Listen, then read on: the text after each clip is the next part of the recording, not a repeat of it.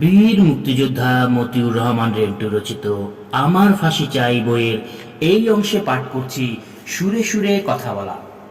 রাজনীতিতে সুরে সুরে কথা বলতে হয়। পার্টি বা সংগঠনের মূল নেতা বা নেত্রী যিনি, তার সুরে সুরে কথা বলতে হয়।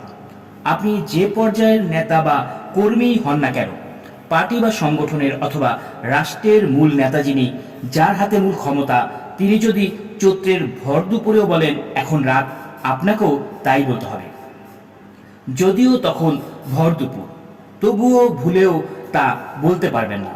যদি সুরে সুরে কথা না বলে সত্য কথা বলেন, তাহলেই আপনি নেতার কাছে হবেন অগ্রহণযোগ্য ব্যক্তি। নেতা বা নেত্রী যা বলবেন তা যতই অসত্য বা ভুল হোক না কেন, তা আপনাকে তালে তালে সুরে সুরে সব ঠিক বলে যেতে হবে। যদি তা না পারেন, তাহলে আর যা হোক, অন্তত রাজনীতিতে শাইন করতে পারবেন না, যোগ্য হতে পারবেন না। আর রাজনীতিতে যিনি মূল নেতা নেত্রী বা ক্ষমতার মূল মালিক, অর্থাৎ যিনি ক্ষমতার কেন্দ্রবিন্দু, তার কাজ হলো যে তার সাথে তালে তালে সুরে সুরে কথা বলবে বা কাজ করবে, তাকেই সবচেয়ে যোগ্য ও আনুগত্যশীল মনে করা। এর বাইরে তিনি আর কিছুই মনে করতে পারেন না।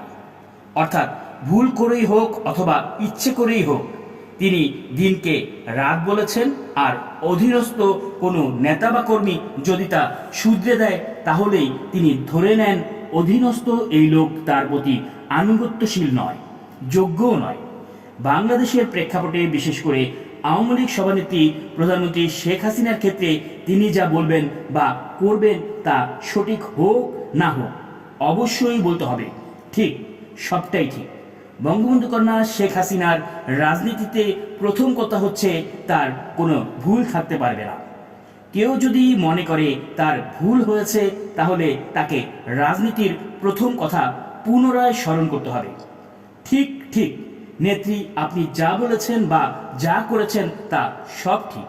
শেখ হাসিনার রাজনীতিতে যারা এভাবে চলেছে, তারাই উপরে উঠেছে এবং সফল হয়েছে।